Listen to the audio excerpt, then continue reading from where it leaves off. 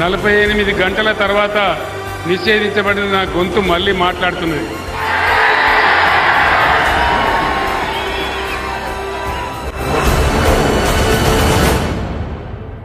ఈరోజు కేసీఆర్ బస్ యాత్ర ప్రారంభమైన తర్వాత కాంగ్రెస్ కు బీజేపీకి గుండెలు వణుకుతా ఉన్నాయి.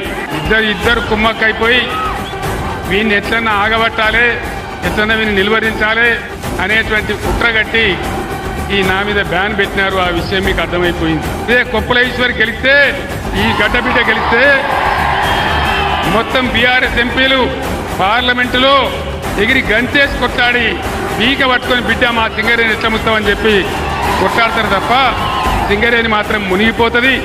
మీ బిడ్డగా ఇలా గోదావరి సెంటర్లో, గోదావరి కన్లో నేను చెప్తా ఉన్నా. జై తెలంగాణ.